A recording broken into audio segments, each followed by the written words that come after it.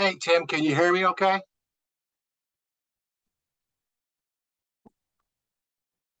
I cannot hear you.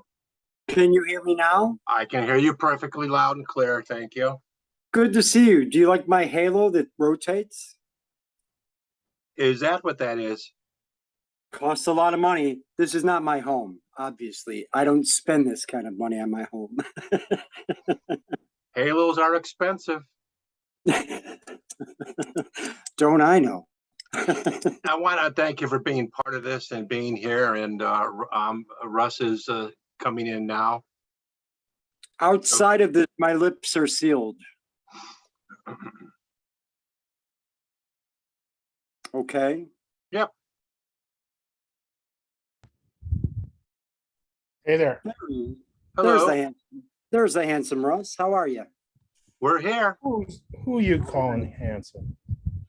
Well, you know, I'm a gay man, so, you know, I blame you and your father back in 1970, but we don't have to talk about that. We're not here to talk about it. How are you? Gay. Okay. I'm good. How about you? Really well. Excellent. Really well. So I thought that I would ask each of you to define what an issue is. What is at play here? Whoever wants to begin. I'll defer to Rick if he so Okay. chooses. Okay. Well, I'm here at the suggestion of my father, who's still with us, amongst us, living through us, about resolving and resolution and peace. So that's what brings me here. Okay. Well, I'm glad you said that because I didn't know, of course, what Pop shared with you or didn't. He did say on numerous occasions that he wanted harmony in the family and that he wanted things to be back the way they were. And he was appreciative of the gestures made, and I don't know what he was referring to, but I assume somehow he thought that we were getting together or did get together. Okay. I never reported anything to him, Rick, as far as any issues or where the disharmony was, but he obviously had a sense that there was and wanted us at one point to resolve it, and nothing would give him more happiness than to see that be resolved. So can I ask what the point? I could tell you, so we don't have to beat around the bush. I could tell you the two things that have caused me to feel somehow disconnected, and more specifically feel that before I would to feel part of this family unit again, I wanted to talk to Rick, because I think that he was under some misunderstanding about some things. He may have been unaware of my feelings about some things, and I would like to clear the air from the only perspective I can, my perspective, what those things are. And there are just two. Rick, I mean, Rick, do you have anything to say, Rick? No, I'm listening, Tim. Okay. all right. And I don't know when the appropriate time would be. I know we have organized this meeting to talk about that specific issue, evidently, the causing of the fraction between us, and seeing if we can mend that. But when I told you, Rick, a week or so ago that I wanted 15 minutes of your time, it had nothing to do with this. It had everything to do with wanting to report what I witnessed at Pop's place, and wanted to develop a dialogue, because I think it was worthy of a dialogue, and just not putting something in writing as if it was a report card. I wanted to voice some concerns I had about what I found there, and wanted to get everybody's feedback. That never happened, so I'm putting that aside for now. But at any point you want to revisit that, I still am open to sharing with you what I saw that day that I visited a few weeks ago. And I found it so disturbing, I wanted to get a conference call amongst the SIBs. Do you want me to respond to that? Because you said you had two things. Did you want to bring up the second thing, or should we tackle one thing? Neither one of these things are it. I'm saying At some point, if you wanted to pursue that, I'm still willing to share with you, but it has nothing to do with this. What I said when I reached out to you when you were on vacation, and you said you didn't have time to focus on this, I said, I just needed 15 minutes of your time. It has nothing to do with reconciling between you and me. It had everything to do with Pops. And I told you that. I said, this is strictly Pops. And I wanted, as you has identified yourself as the principal caregiver and the person in charge of that, you should know about it. And that never happened. So if at any point you want to revisit that, I hold that out as a third thing, just so there's no confusion. Well, since it's on the agenda, since you put it on the agenda, let's just address this. I don't think it's going to take that much time to speak the truth to this. Actually, you told me nothing, Russ. You used our sister Roseanne as the intermediary. You would talk to her, she would talk to me, I would talk to Roseanne, she would talk to you. So yeah, I get bits and pieces, but I got it through our sister Roseanne. And let me tell you what was conveyed to me. And what was conveyed to me is that you were eager to resolve differences and address things to put peace back into our family, to the extent, according to Roseanne, that you were willing to go to her house, knock on her door, and discuss this because it meant that much to you. That is resolution and peace among the family. That is what was told to me. That is what I heard.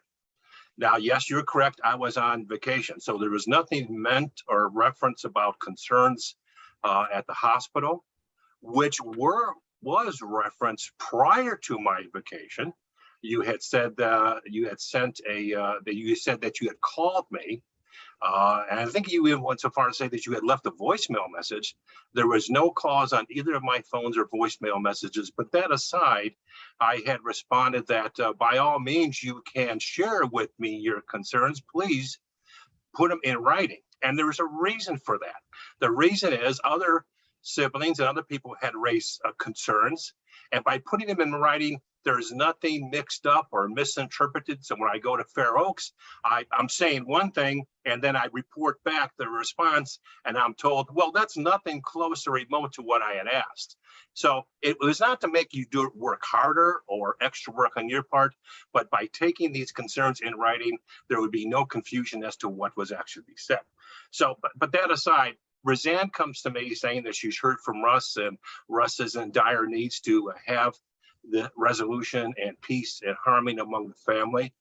And as it just so happened, the day that this was all occurring is the very day that a close friend of mine who had everything in the world going for her, and I thought was always a together person, and I admired her and said, yeah, boy, you know, she's really got the world by the golden ring.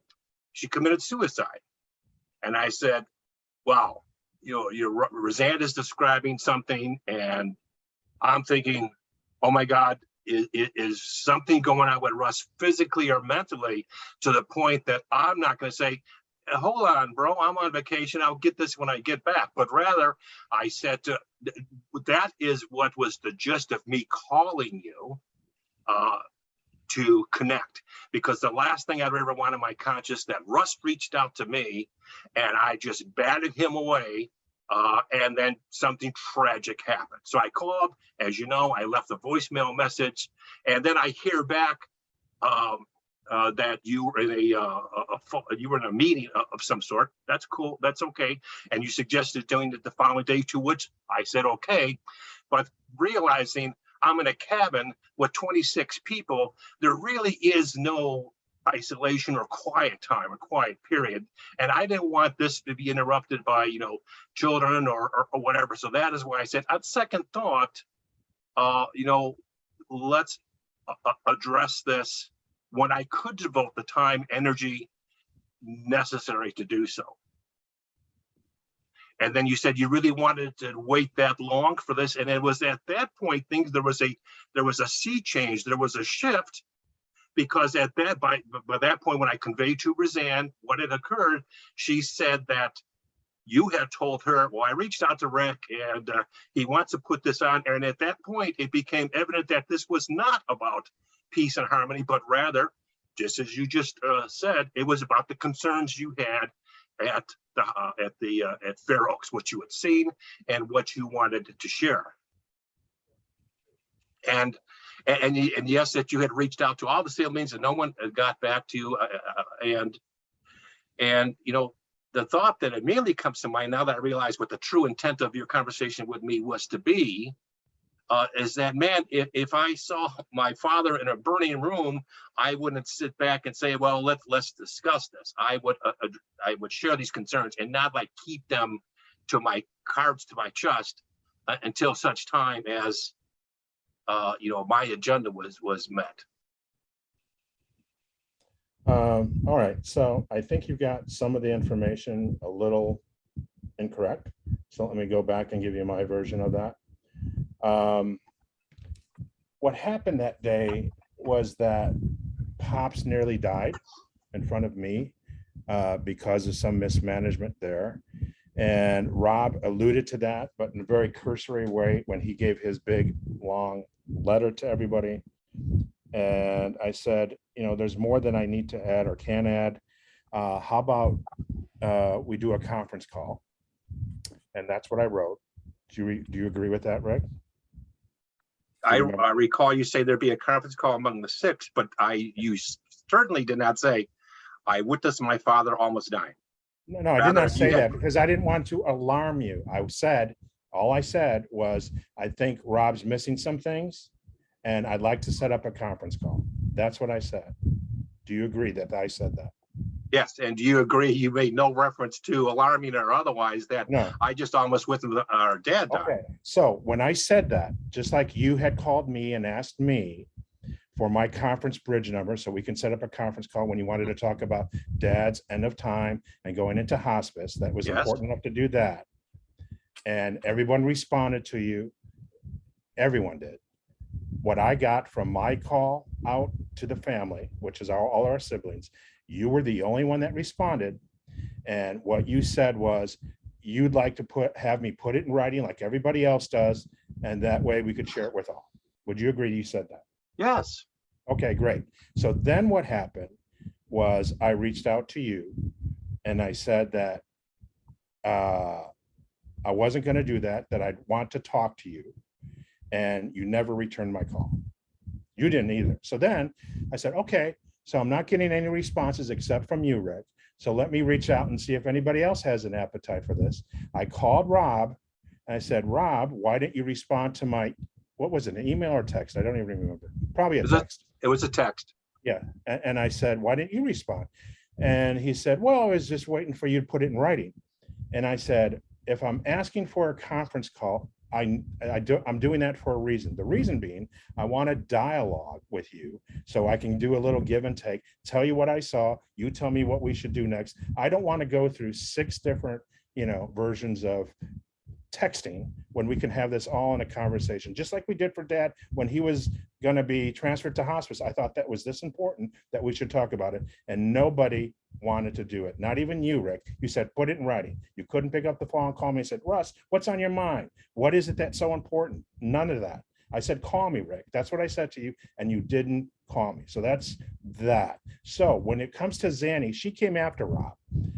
I got to thinking, this was probably a week later, I got to thinking, I said, I'm not just going to let this go in as much as I need you to know that I'm waiting for you, Rick, because I know you're the only person, you speak for the group for whatever reason. Everyone yields to you for their advice and your guidance when it comes to Pops. So I need you to weigh in on this. And until you do, no one else is going to listen to me. So I'm not going to go out and have 5 different phone calls or 4 different phone calls. How do I get to you? So I reached out to Zanny, and in the course, because Zanny being Zanny, she asked 1,000 questions, not only about our relationship, and she brought up a fact, this thing last September, October, that reconciliation thing. So I gave her my version of that, which we're going to talk about soon.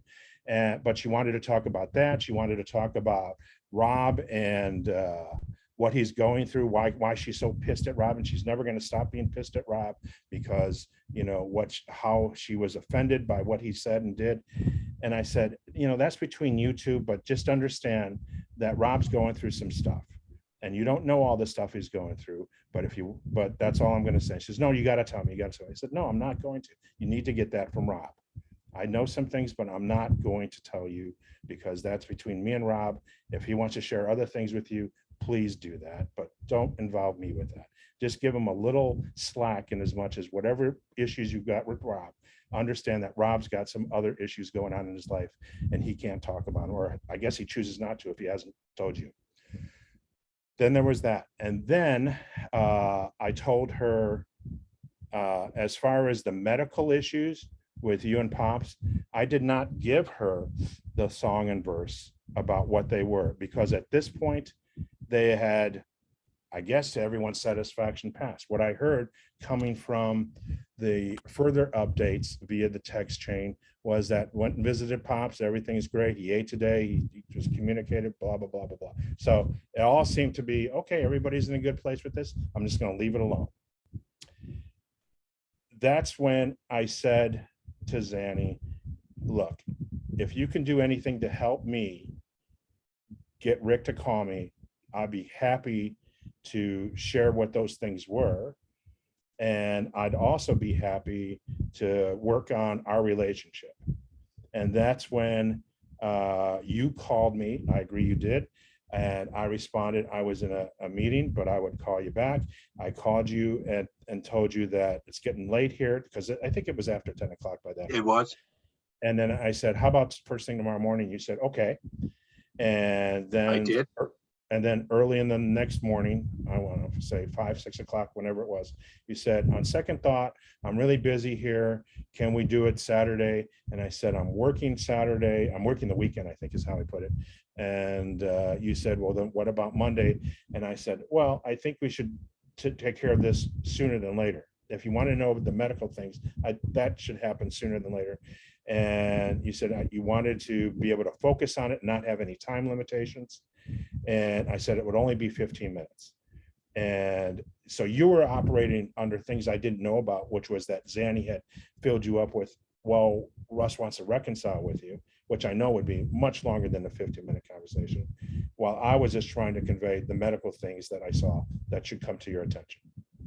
So after I said to you, you know, I just needed 15 minutes, and you told me that you got 26 people from Rebecca's family, and they're all in from out of state, and you can't devote any time. So that was the last word I heard from you. So after that, I told Zanny, I said, I can't get 15 minutes from Rick. I don't know what to do. Oh, I guess, just so you know, I was going to stop at Zanny's house. And that was only to, once again, have the same conversation I'm having with you now. Was I wanted you guys to know what the medical things were immediately. And of course, I wanted you to call me, because I felt that this whole missing link between you and me had been going on way too far. You just, which goes back to the day that this happened, when Rob and I were both there. We missed each other, but I did call you from there. You said you never got the phone call. And then I looked at my phone and I saw I had texted you as well. And I've still got obviously a record of that. And it's which said basically call me, and I didn't hear back from you. So in my mind, right or wrong, in my mind, the ball was in your court to call me. And that's the only point I'm making here. And you said you didn't get any of those messages, so whatever. So let's just resolve that now, because if we get this out of the way, then maybe we can move forward with the other two issues, which I have not addressed yet. The things I wanted to bring to your attention, which I thought was worthy of a family or sibling conversation, was when he said, Rob alluded to the fact the nurse came and corrected something. That something was not some minor thing. We watched Dad in agony for an hour and a half. That is Mary Ellen and I. He could not recognize us. He could not say words. All he could do was moan, and it was pointed to his stomach. And when the hospice nurse came, he immediately identified the problem was that those tubes coming from Dad were compromised and were pinched, and all his urine was backing up into his stomach, causing the pain, which of course their toxins and would have eventually taken their toll. What the nurse, what was his name? Justin, Jason, whatever. Well, the hospice, not the nurse, hospice nurse, no. Jacob. Jacob, yes. What Jacob said when we brought this to his attention was, oh, he just needs better meds. I can't authorize meds. We need to get the hospice nurse in because only he can authorize the next level of meds. So that's why I called him and said, well, how long will that take? Thinking that, you know, just like mom, the hospice nurse was on site. No, he had a territory and he would be here as soon as he could. What does that mean? Well, it could mean an hour, 2 hours, 3 hours, whatever it takes. Okay, so we resolved to stay with him until we found out what was going on or whatever the result was. I thought it was you, and that's why I called you immediately, because you said you never got that message, because I noticed on the register where you sign in, the person who had signed in before us, all they put down was Rodriguez. I didn't know what Rodriguez, clearly. So I thought, well, even if it's not you, you should know about it. That's why I called you first. I texted you, didn't hear back. Then I escalated it to Rob, and Rob said, oh yeah, that was me. And he told me what he had seen, which was kind of a completely different dad. He was communicative. It was a good visit up until the very end when they changed his dressing or gave him something to eat or whatever it was. And then he said, then he seemed to be in some discomfort, but so soon after that he left. Well, that discomfort evidently escalated because of the time we got there, he was in another planet. Okay, so what the hospice nurse said was he was going to use this as a teaching moment to let the staff know this is how this wound needs to be addressed. This is how the tubes need to be run. This is what happened because it wasn't done properly. And he wanted them to make sure that this never happens again. Okay, great. Which brings to mind two other points that I wanted to share regarding this whole medical thing. We asked Jacob, and then we asked another one of his attendants, what did he eat today? Nobody can answer that. And Dad, by this point, was lucid and conversational, and he said, I didn't eat a thing. I said, what do you mean you didn't eat a thing? He says, I just have him take the food away. I said, you don't eat anything? You don't drink anything? He says, no, I'll have the ice cream, but that's it. Everything else makes him choke. Well, clearly, it doesn't take a medical degree to understand if all you eat is ice cream, that's not going to be good for your health. And so even though that's what he wanted, I went out and got him some ice cream. They said that they were able to put those ice cream bars with his name on it in the freezer that they have just for the patients. But that wasn't a good sign that they could not tell me what his dietary intake was. So then I asked him more about that, Dad. I said, why don't you eat the food? Is it strictly a throat thing, a swallowing thing? Maybe they can make you something that's easier to swallow, like ice cream that's a little more nutritious. And he says, they feed me pig food. I said, what do you mean pig food? He says, when it comes to things like, not Brussels sprouts. Cabbage? No, not cabbage. The other green things with stems on it. Broccoli? Broccoli, yes. They don't give him the flower. They give him just the stems. So he says, I can't get any whole vegetables here. They give me frozen vegetables. I want real vegetables. I said, well, let me see what we can do to take care of that. I said, so I asked him who his whatever you call it, his caregiver was, who was his advocate there on site, who can we talk about, seeing if we can get meals brought in, whether it be from a restaurant or some other health agency. And he said he didn't know. So since that was the other thing I wanted to talk to you guys about, if I had that conference call, it didn't happen. So I reached out to Zanny via text. This is unrelated to the other thing. This was immediately. So within the next day, I reached out to her and said, who is the person that you converse with when it comes to that? And she gave me the name, and we contacted him, and we tried to set up that kind of regular meal intake thing, but that never went anywhere because he never called back. And the third point that I would have brought up at that sibling conference call was that I just thought the whole place was not leading to Dad's disposition, leaving him in a good place. You know, there was obviously the room itself was in disrepair, you know, the marks on the wall and all that stuff. But really, from the point that we walked in, from the front door all the way to his room, it reeked of urine. You know, like the place was not being taken to any kind of hygienically acceptable standards. And I thought, could this be addressed as well? is this something that we're concerned with, or is it just my sensitive notes? So these Can are the I things ask that, a question, Russ? What day of the week was this visit? Was it this a was weekend? on this, Or a we week- went there on July 5th, which was a Tuesday. Okay, thank you. So that's why I wanted to have the conference call. I thought, especially the thing about them not being able to identify something as basic as the routing of his tubes was something you needed to be aware of. That's, Caloric intake, that's important. yeah, that's too, yeah, of course it is. It's all important. To me, too many words here to put in an email and say, okay, this is what I found.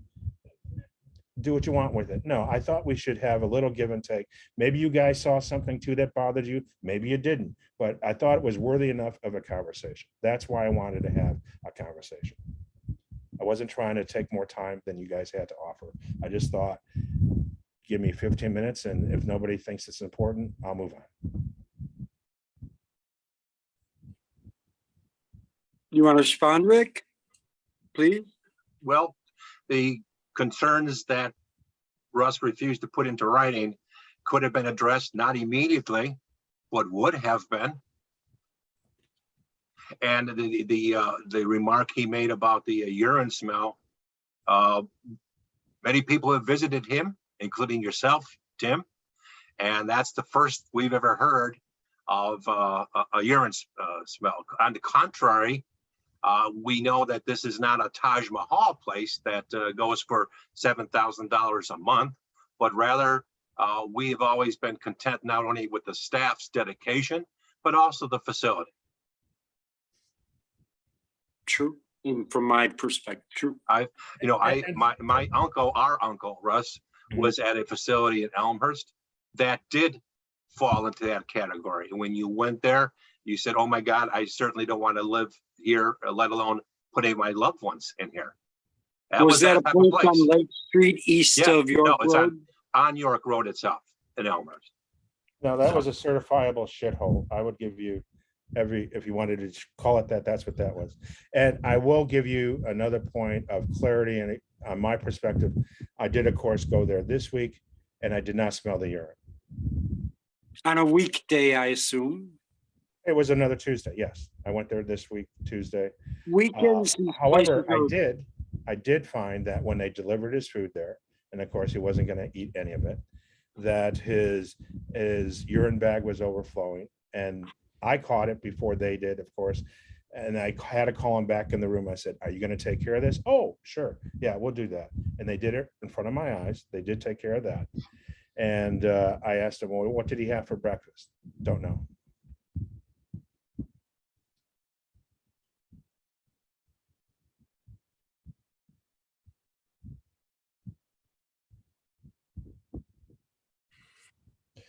I did bring him because I knew going in that he would like the ice cream. So I brought him more ice cream, and he proceeded to eat probably 3/4 of an ice cream bar in front of me. No swallowing issues with ice cream, and from what I witnessed with him twice. No, and Rob tells me that he brings him ice cream as well, or did. So Good. I guess we all knew that part of his diet. Anything to say, Rick? Or Nope. Okay. Okay. Do you Want me guys to go through my 2 points or no? please? All right. So, and I'll take these in not necessarily in importance, but just chronological order. We know that Dad has, for years and years, complained about his lack of money, right? He never had money, never could afford what he wanted, never, was always at a disadvantage when it came to providing the things that he needed. He wanted a new phone, he wanted a new computer, he wanted this, he wanted that. And of course, we all know that it didn't stop him from using Amazon or wherever else he did, loading up on the boxes that never ceased to come. But nevertheless, that was his running complaint, right? Never any money. So in the course of taking time out for Dad when he lived in Oshkosh on Merritt, we would go out for our visits occasionally. I'd go out there taking a lunch. He would give me an earful about that. And I said at one point, I said, "Dad, what are you saving all this stuff in your storage unit for? Because clearly you're spending money every month on that. And what's the value in that? What's the good? I mean, is it something that you want to use, or is it something for other people? He said, no. I want to give that. That's my legacy. I want to give that to, my family. I want people to have certain things in there. I said, well, why don't we start doing that now? I said, why do we need to wait until you're gone to do the distribution of that? He says, we can do it now. I said, okay, well, I mean, this is going back years, Rick. I don't want to make this sound like this happened yesterday. This is going back years, long before the pandemic. So but the pandemic hit, and it hit me pretty good, to the fact that my work schedule was really light. And it was, I think, May of last year that I reached out to everybody. When I say everybody, once again, that's just inclusive of the SIBs, and said, can we arrange a time where we can go out there and start addressing this, start emptying it out, finding ways that we could, meet Dad's needs. First thing we would do first, was reconnaissance. We're not looking to take anything out. We just want reconnaissance. We want to identify what's there, report it back to him, and let him make decisions what he wants to do with it. And I never heard from you, Rick. You were on vacation, I think, at that time.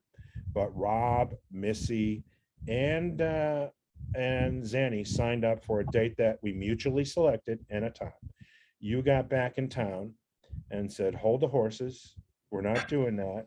Dad made it explicitly clear that those lockers don't go in until I'm there, unless I'm there, and that you would need to, make that happen.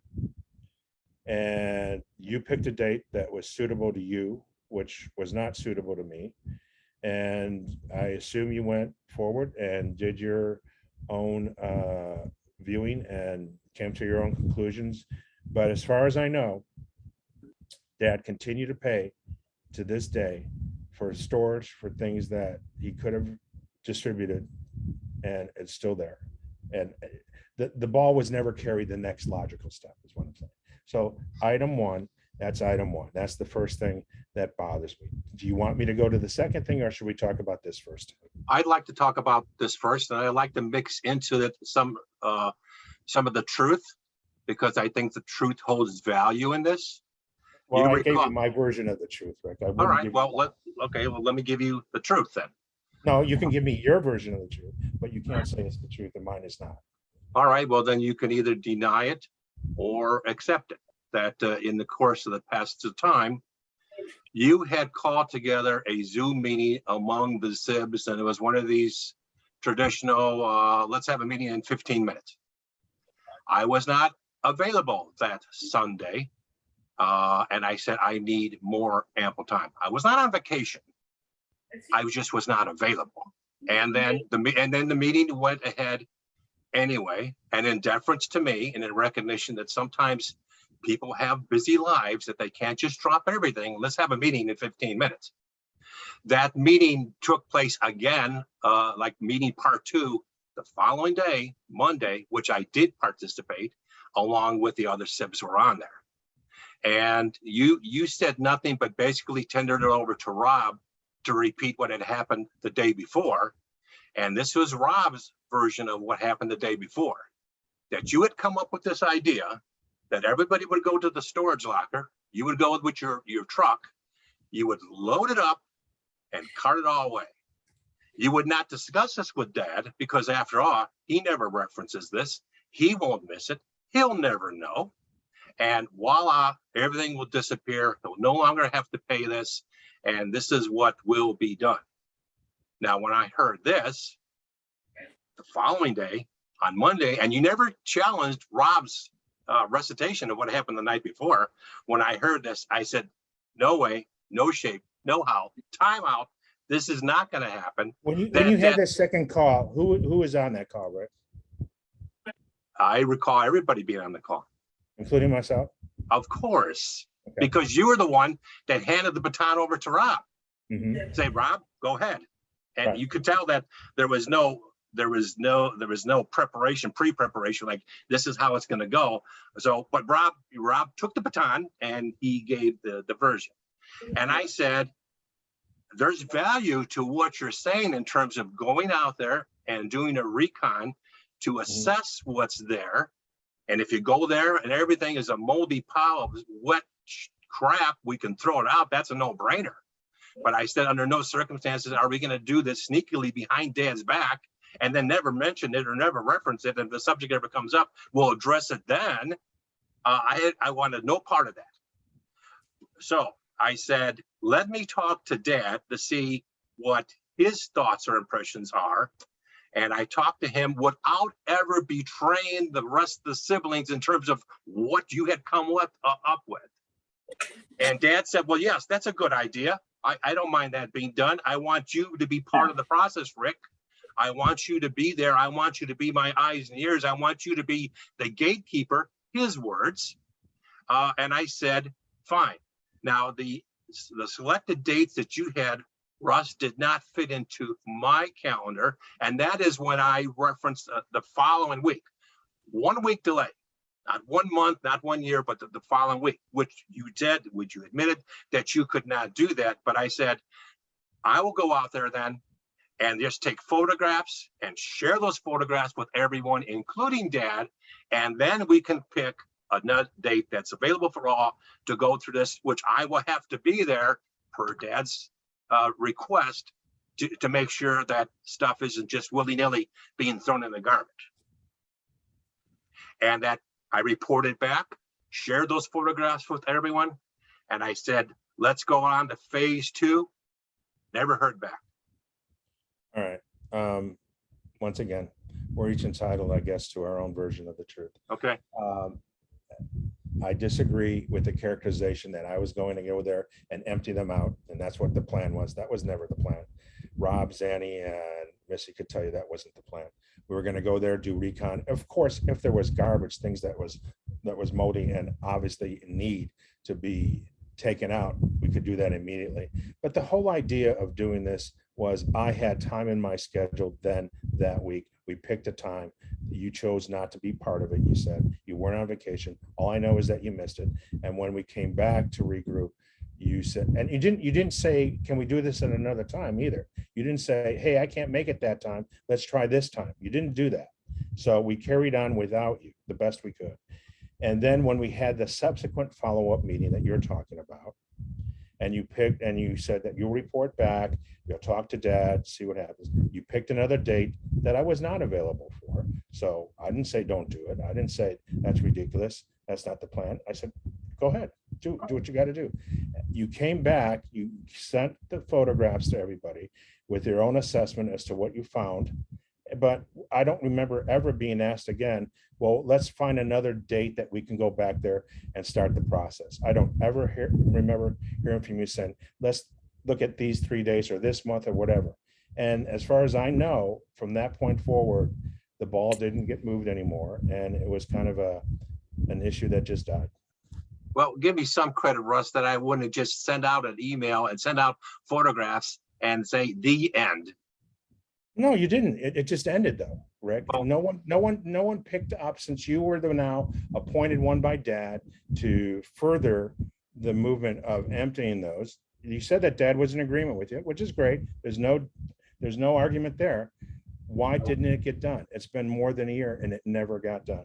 I think it would have brought some satisfaction to Dad to know that some of the things in that went to the people that he most wanted to give it to. That's all. Okay. I'm only upset that it didn't get moved. This is not Russ's pet project. This was just something Russ had time to help with. He has a truck. I was more than willing to do it, and it didn't go anywhere. That's all I'm saying. So, all right, move on to your second point. Okay, the second point was something that involves everyone on this call, with the addition of Rob and Zanny. When Zanny told me how upset she was with Rob and how she put me into that same category, this Zoom call that went awry because we were talking about Trump, and I mean, I hadn't listened to the call again, so excuse my memory for not having the exact details of what was said. But I know when Zanny was on the Zoom call, and I don't even know if Austin was on the call or not, but you were not there because this was a Zoom call that Rob set up. Tim was on it, I was on it, and somehow we got down the path of talking about Trump or people who believe in that kind of stuff or whatever. And for whatever was said, it obviously got a little heated, or maybe it just got to the point where Zanny felt like she was being picked on and she didn't take it well, and she excused herself from the remainder of the call. She disappeared. Okay, whatever happened, She was gone. he was gone. And then, was it just the three of us, Tim, at that point that were left on the call? Yes, I believe so. I believe Okay. so. Okay, I was like, so- where's Roseanne? all right, and then what happened after that? Once again, I don't have photographic memories of what was said, but I do know that something was said that to the effect that it was that making that Austin would somehow fall in line with whatever his parents thought, and it was one of those situations as far as Trump or whatever it was. All I can say about that was whatever was said at that point that involved Austin, I didn't say it. I don't remember. And what I was told by you, Rick, when you sent out, forgive me, I don't remember if it was a text or an email, probably an email, and said, we need to resolve this immediately. I need to hear from you guys about having a resolution to this. Your sister was somehow injured over this conversation that involved Austin and blah, blah, blah. And I thought to myself, I don't know what you're talking about, because I said nothing about Austin. And as far as I'm concerned, there was nothing that wasn't said by me anyway, that in any way would have been that type of conversation. And so I didn't respond. And then I didn't see anybody on the thread except for maybe Zanny weighing back about, when's this going to happen? I never saw anything back from Rob either. Now, mind you, Tim wasn't involved, although he was involved in the call, he never got this whole edict. You got to apologize now because Zanny's ridiculous. No. So I left it alone, and I didn't see anything else happening. So that was that up until, I don't know, maybe a month or two ago. Rob and I were talking about something, and I said, hey, did you ever have that conversation with your brother about what was said on that Zoom call? He says, because he obviously was really upset. I think Zanny's upset too. He says, you got to let him know it wasn't me. Whatever was said, it wasn't me. He says, no, I never called him back. I said, what do you mean you never called him? He says, no, I just wanted to let that die. He said, that's nothing I want to address. And that's how he left it. I said, okay. So whenever that was, like I said, maybe that was months ago, that was reintroduced in my life for the first time when Zanny mentioned how upset she was with Rob and how she was upset with me. I said, hold on. I'm not part of that. I said, whatever was said to you, and I may have participated on when it comes to political beliefs, I did not in any way go on to attack Austin or say anything about that. Says, I think that's Rob, you need to talk to him about that. Says, well, I'm so mad at him, he never responded, blah, blah, blah, blah, blah. I may never forgive him. That's her thing. And that's when we got into the thing where I said to him, Rob's got some stuff going on in life, and you got to talk to him about it. So why does that affect you and me, Rick? Only to the extent that you basically accused me of doing something I didn't do, and was calling me on the carpet for it. So to the end that you never got your satisfaction, I assume you harbored a grudge against me. You put that in the category of, oh, this is something else I'm going to be pissed at Russ about, which I thought was totally unfair.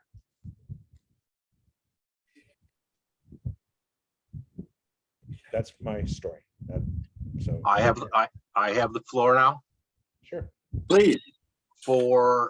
to use your version, my sense of the truth. I was not on the call, and for the benefit of you gentlemen, it was Russ, Tim, Rob, and you seem both to forget that my father was also on that call. I was not on that call. Okay. But Rob, as he is prone to do on his calls, he records them as I do. But what he does that's different is he shares them with everybody on the call. And in this case, share them with me, even though I wasn't on the call. And, you know, when I Well, get he told me around that to, you asked for it, that you What's that? specifically, he said to me that, because, and I say this because it was a point of contention. When we had that brief conversation about, did you respond? He said, no, I wasn't even going to give it to him, but he kept on asking for it, so I did. okay, that's not true. My version of the truth. That's not true. That he just sent it out of due course along with everybody else. So Zanny So- would have got a copy of it, right? Yes, yes, Okay. yes. All right. But once again, it's an email, and in the email is a link, and the link directs you to YouTube, and you can watch it once you open up the link. I see. Okay. So that evening, with nothing else better to do, I thought, well, I'll peruse the video, see what I missed. And I gotta say,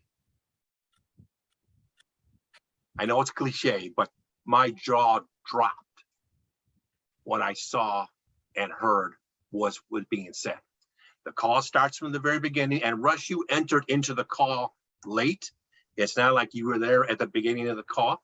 So you enter late, and I've picked up on your attitudes in the course of living with you my entire life. And you came on that call loaded for bear. I don't know what type of day you had. I don't know how you woke up in the morning, what side of the bed you did, but you had an edge to you. And Roseanne was lamenting the fact that she works in an industry that deems her as a essential worker, but does not afford the same benefits as other essential workers, such as firemen, police, teachers, in the sense that they were like in a priority mode in terms of vaccinations, and library people, although being deemed essential, you have to come to work. When it comes to them trying to get vaccinations, they're on their own. And then you referenced that in a similar vein, you could not find any vaccinations up here in this part of Illinois. So you had to go down mid-state to find them. And there was a surplus of vaccinations. And the reason why there was a surplus is because when you look around, you see all these trumpeters, and they're not going to touch a vaccination. Therefore, there was the surplus. So you went there in terms of the politics of the situation. And then, you know, you're directing or focusing some of that anger of the inconvenience that you had to do to get your vaccination. And I could sense that you weren't just saying this, oh, as a matter of fact, but rather somehow that Roseanne is a trumpeter and she should hold false for this. And she sensed the same thing. And Okay. for that reason, she said, well, I am not going to engage with this guy. He came on angry. He's already pissed off about something. I am not going to engage. I am just going to back out, is what she did. And then the conversation then continued. And then you continued to say more stuff politically orientated, not against Austin, not against anything. And then Rob thought, well, I'm going to enter in as well. And then he brought up Catholicism. And it was Rob that referenced Austin and brainwashing, and hopefully Austin will grow up to disengage from what he's been raised in and have a mind of his own and become his own man and disassociate himself from cult mentality. And it's like, wow. And for you guys to be doing this, I mean, Tim, you're a friend. We love you. It's like you're a brother of the family, but to this extent for Tim to be witnessing this, you know, and yeah, Tim didn't add to it, but you could sense there was that awkward, you know, like when you smile or something like that, but it was like an awkward smile. When you shrink in size in the corner of the room. And that awkwardness was evident. Dad, you know, bless his heart, was like clueless to all this going on. And it was Dad that eventually had said, hey, where's Zanny? And, you know, well, she had hung up. She had already left the call. All right. So on so many counts, this was wrong. This was very wrong. And when I saw this, the first thing I did was I called Roseanne. I said, if there's ever anything I need you to do, please, I beg you, do not watch this video. Do not open it. Do not view it. Do not see it. Erase it. Do whatever you have to do so that it will never darken your door. And she asked, what's going on? I said, I'm not going to say other than the fact that this is going to hurt you. All right. And she continued to ask, what's going on? And I continue to say, I will not tell you. You can ask today. You can ask tomorrow. Ask for the rest of your life. I will not tell you. But all I would do was ask you, please erase this. And she said she would do that. Now, by this point, we're talking about 10:30, 11 o'clock at night. So I know it's, despite how angry I was, that this is not the time to call, and I did it. But the first thing the following morning, I called. So Russ, it was not a text, it was not an email. The truth is, I called you. And Russ, you picked up. And you are correct. I let you have it. I lit into you, and I even called you an asshole. All right. I was still that angry after a night of sleeping on this. And then you let me vent, and then you responded. Your first response was that you had already connected with Roseanne and you had already apologized. Well, that took a lot of the anger out of my sails.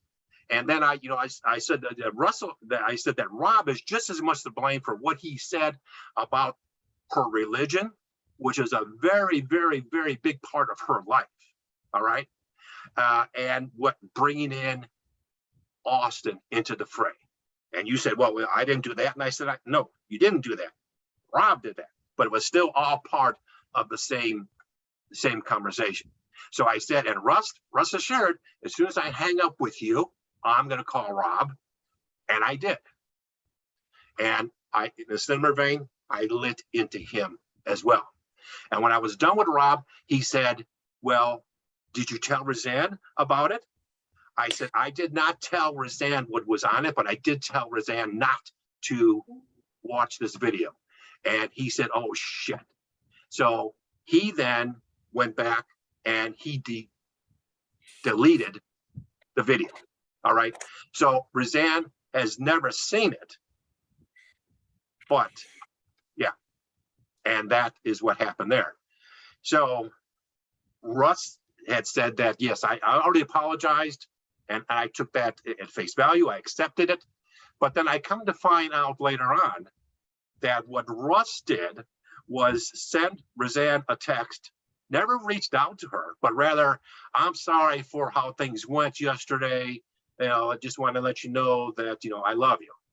So Roseanne just accepts that. But Roseanne never knew what was said. And Russ was apologizing for what Roseanne sensed while she was still on the call, not for what he had said afterwards. So I don't know if you want to, you know, assuage the truth a little bit to manipulate it, but Russ implied to me that he apologized for what I was yelling at him for, but he never did. He apologized for what Roseanne sensed while she was still on the call. My truth. Before you respond or weigh in there, Jim, I'd like to rebut. Based on what you just said, if I'm to believe everything you said is 100% factual, otherwise you wouldn't have said it, right? Right. I don't need you to take any words back, right, Rick? Everything just come on with it, Russ. Okay, just stop the Judge Judy stuff, please. You know, Rick, your tone does not help the situation. Sounds like you're the one that's loaded for bear here. Okay, from the very start, the way you characterized me being loaded for bear, don't know what kind of day I had, must have been very upset. No, what I said was, this was in a time where obviously it was very difficult to get shots. So in order to get a shot, me, who is not considered an essential worker, but me, who has to work around students all the time with my college football schedule, I had to go out and find something downstate. Like you said, it was in Springfield. That's exactly what I said. What I reported was it was in the land of Trumpers. And I think that's a fair description, considering that on every freaking lawn you see Trump signs everywhere.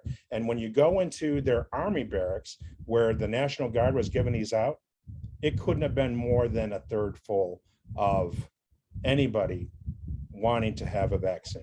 It was anti-vaxxers, right? That's what I reported, that I couldn't get mine here because I wasn't an essential worker. So I had to go down to a part where they were giving these out like they would around here, except there was no appointments for people like me, and getting it.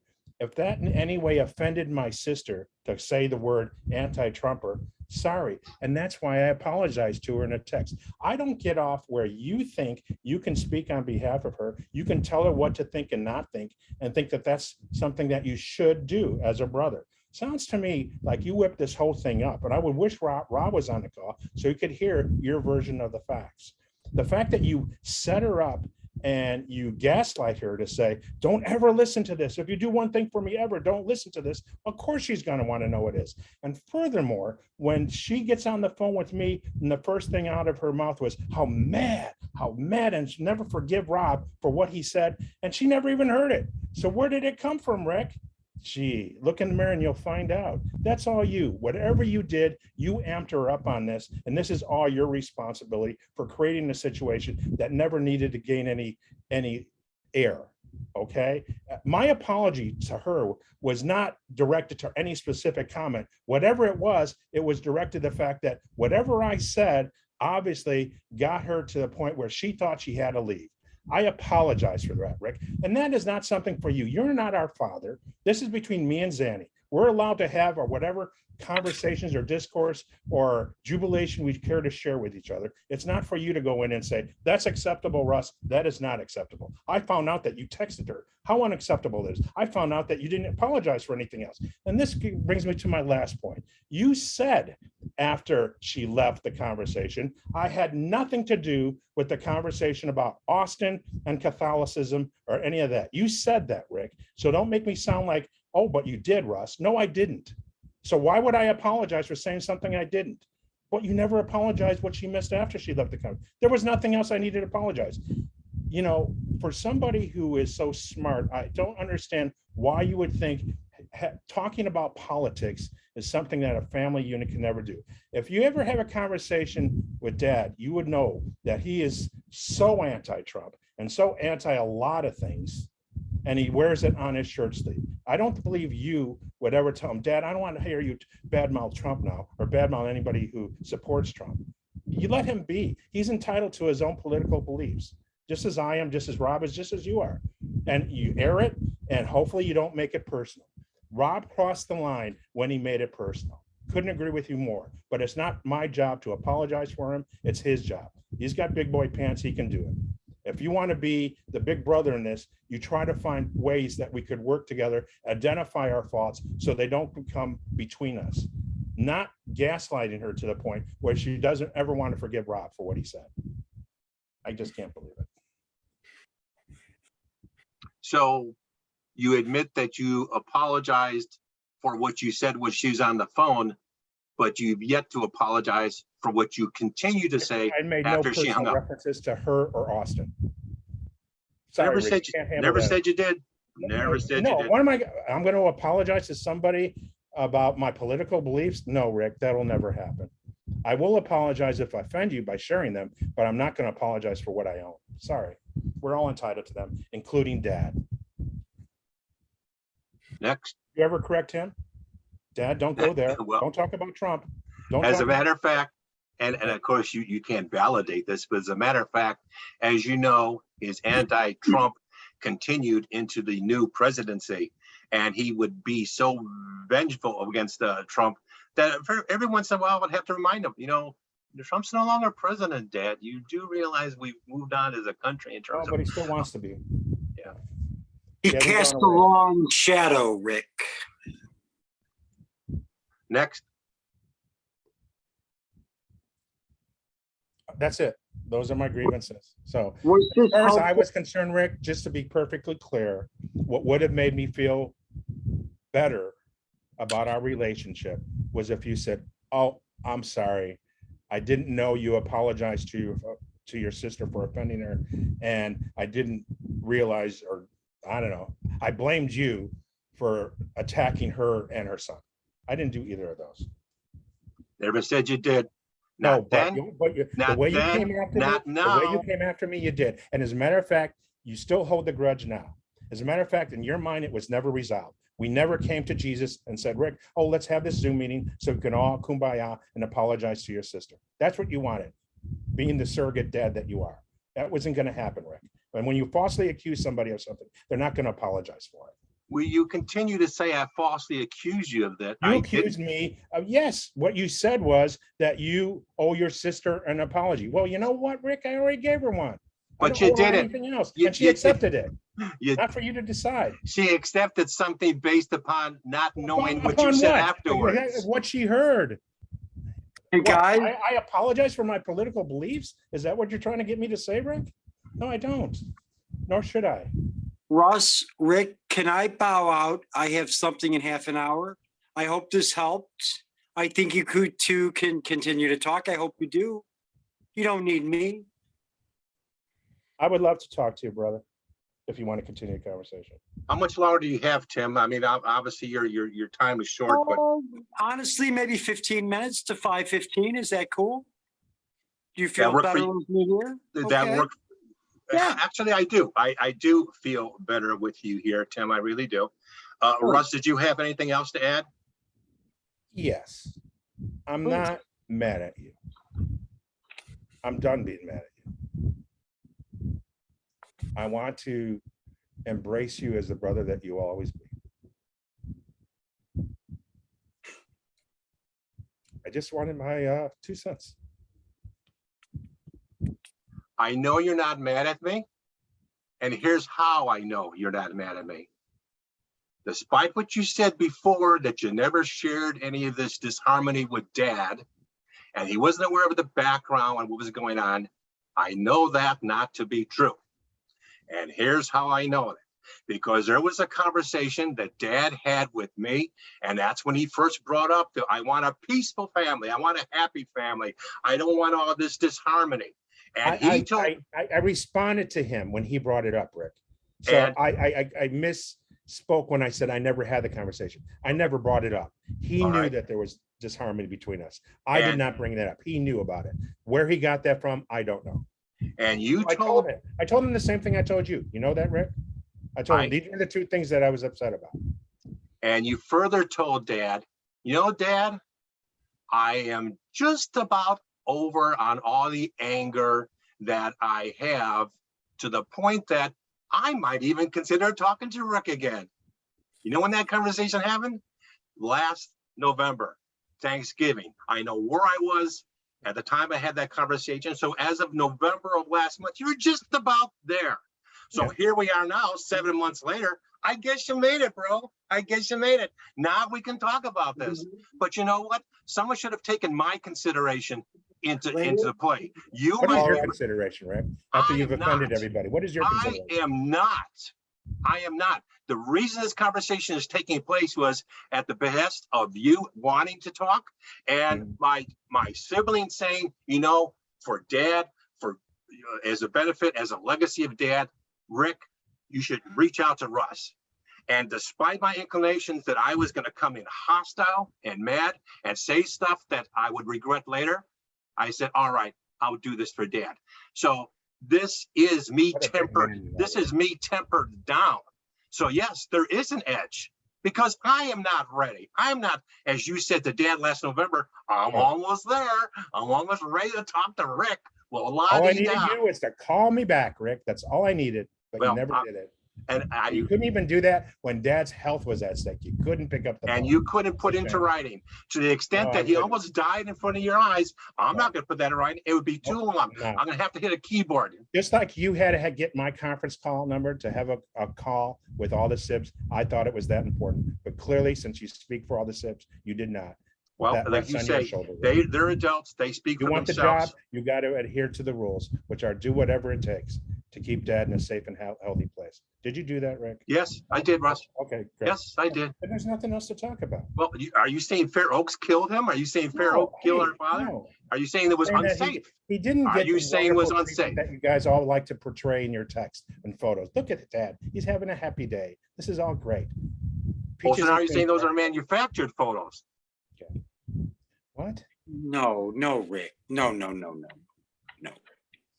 Okay. We reported what we, Rick, we maybe at this reported time, what I would we like to saw. have Tim weigh in and see, and address what he sees going on here. You I'll know, give it my best shot. I will defend Fair Oaks to the extent that the staff got me answers if they didn't have that in their heads already. The staff was very forthcoming. It was incredibly clean everywhere I stuck my nose. There is an incredible staff shortage everywhere in those kinds of places, especially on weekends. My mom was in a place that was like the Taj Mahal in Lecanto, Florida. But there were still mistakes made twice in the approximately 8 months I was there every day with my father. Twice. Errors happen, such as this, the urinary tube, whatever you want to call it. I'm not a nurse. There are mistakes that happen that we don't witness that get corrected before we get there, yada, yada, yada.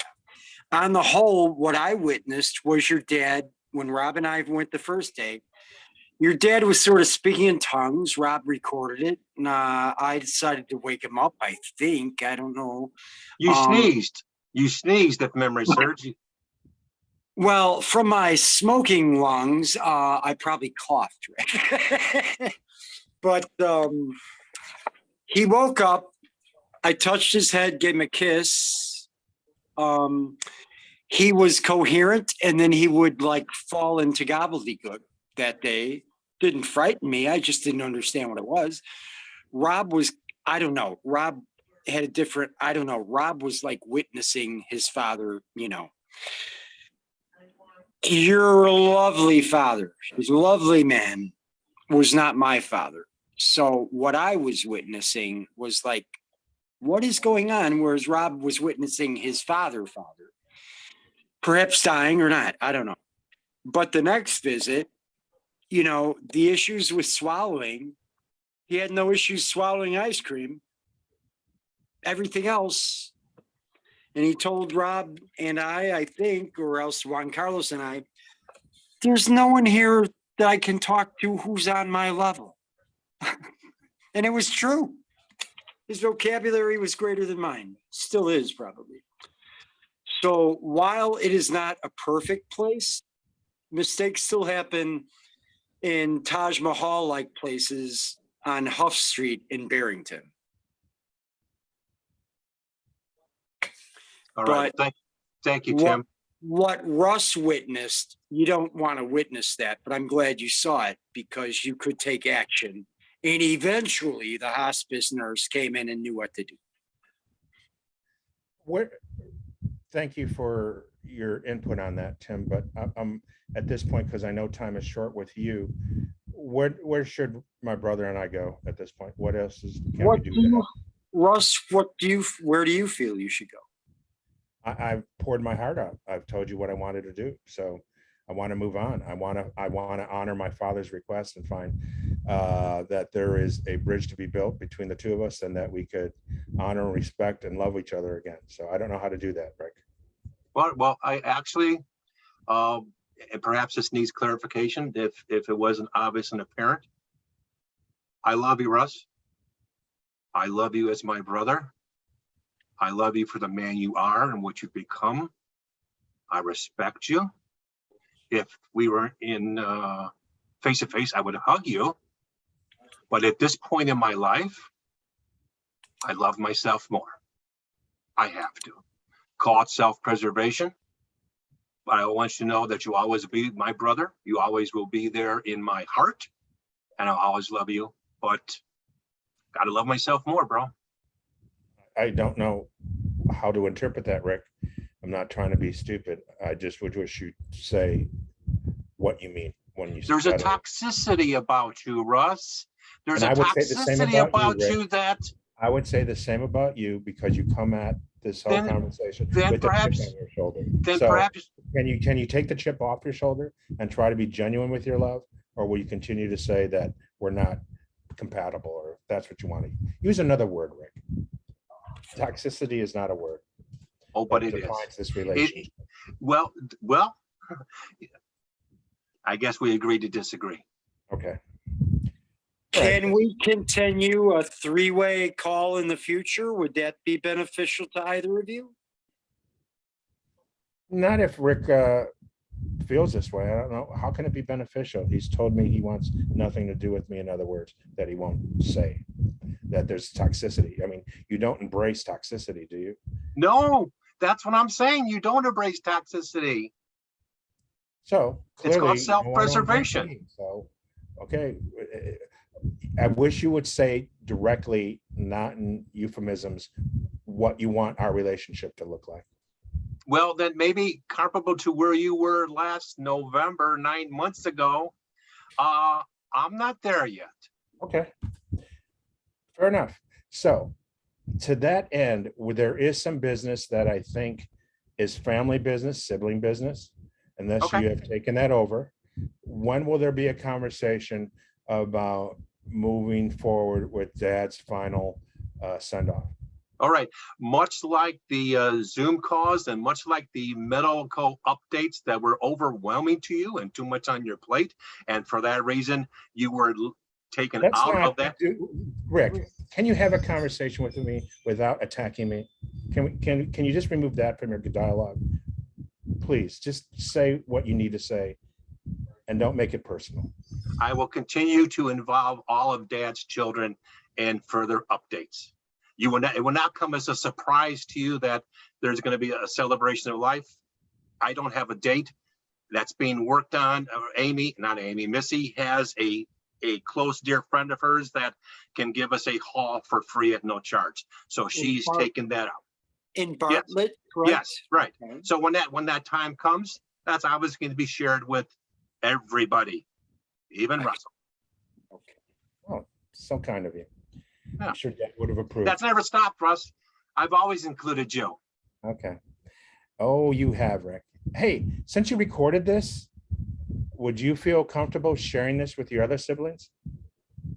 All right. Yes. Okay. I give you permission to do that. Thank you, bro. And I I'm record. not being a smartass. I'm just saying that if you wanted to do that, I would welcome it. I think maybe it could help. Look, I still say to you, I want to mend this fence, but you're not there yet. I get it. Give people the space they need to do what they need to do. I don't want whatever's going on between us to in any way interfere with Dad's proper send off. And I would like to be part of the conversation about that. I don't know who else may have had conversations with Dad about what he wanted to see in that regard. I've got some thoughts to share that are his thoughts whenever it's appropriate. All right. Amen. And I have those same thoughts when he was lucid and of a sound mind and body, and that's incorporated into his will, which was drafted last August. So yes, by all means. Same thing we did with Mom. She had a will, a last testament that was shared with everyone. Nothing, everything's transparent. So thanks for offering that, Russ. So since there is no plan that is imminent, want to go on record again, I apologize, but my work schedule is what it is. Lollapalooza is a very busy week for me. It begins tomorrow being on site and consumes most of my living hours. So my participation is not one where I'm looking to avoid. It's one that if I tell you I'm not available on whatever times you choose, if it were to happen this week, that is the reason why. I can tell you next week, my schedule is wide open compared to this one. All right. Thank you for sharing that. So Russ, do I wish you to break a leg or good luck? I don't know. I don't typically say those things in my business. I know a lot of people do. Good luck's fine. Good luck. Thanks. Good luck, Russ. And I do owe you a response, Tim, to your question, and I will Don't worry investigate about that. No, don't worry about that. Seriously. It's easy for me to do, and I said I was going to give it to you. So. Well, I'm too lazy to do it. I have to talk to youngsters who are pierced and tattooed that I don't want to talk to get my answer. Well, I pretty much have to do the same thing, but at least it's part of my job. So I'm paid. Thank you. Love you Russ. both. I love you both. Russ, Yes. the crazy world that we find ourselves in, where no place is safe, not only do I extend live love to you for next week at this festival, but also be safe. Take care. Watch your back, Russ. Oh, Yeah. You know, I always gave that short shrift and didn't give it a moment's notice, but quickly I'll tell you, I did a festival the week before that big shooting in Vegas, and we were Yeah. supposed to do that festival too. So that's how close I came to what would have been a horrific nightmare in my life. And I no longer take things like that for granted. I'm All right. thankful that at least in my job, I get to work 95% of my hours in the truck. Not that that's bulletproof, but it's a crazy world. And I think it's all just like COVID, right? I think it's all a matter of time before we somehow have a more direct experience with the lunatics out there. can I share something with you both briefly? I'm game. You've got the floor. My mother died February 2003. I was there. Juan Carlos allowed me to go to Florida. I got there in October of 2002. She fell and broke her hip in May. Replaced her hip. Then she was diagnosed with Parkinson's and never came out of the home. Christmas Eve, I was waiting for my brother who was having problems at work and yada, yada, yada. Couldn't get away. I get a tap on my shoulder the evening of December 24th, Christmas Eve. It's my partner, Juan Carlos. My brother never came to see his mother before she died. My partner did. Cut to 2012. My father dies in January. My brother hasn't been to the Bensonville Home Society or whatever the hell they're calling it back then. Forever. Juan Carlos and I would go twice a month, to be honest, because my father passed away from Alzheimer's. We were no longer his son, Tim, and the tall, dark, handsome, non-English speaking man, Juan Carlos, but rather his best buddies from when he was in Italy during World War II. He was never in Italy in World War II. He was in Burma with Merrill's Marauders. Long story short, in 2014, I vented my spleen to my brother because my brother's lips moved and what came out were my sister-in-law's words, in my interpretation. I have never spoken to him since. Do I regret it? No. Am I proud of it? Absolutely not. It goes against my mother's final wish. Bury the hatchet. Your brothers. Period. I wish you both well. I love you both, you know? Thank you. Likewise. We good? We're good. We're better? We're better. See you soon. Can I just say then that I leave it to you, Rick, to open the door for the next, if we want to pick up on this conversation, that would be, since you're not ready yet, I'll wait for you to be ready. How's that? Thanks, Russ. And thank That's you, one. Tim. Thank you. Take Love you care. guys. Thanks, guys. Bye-bye. Goodbye. Good luck.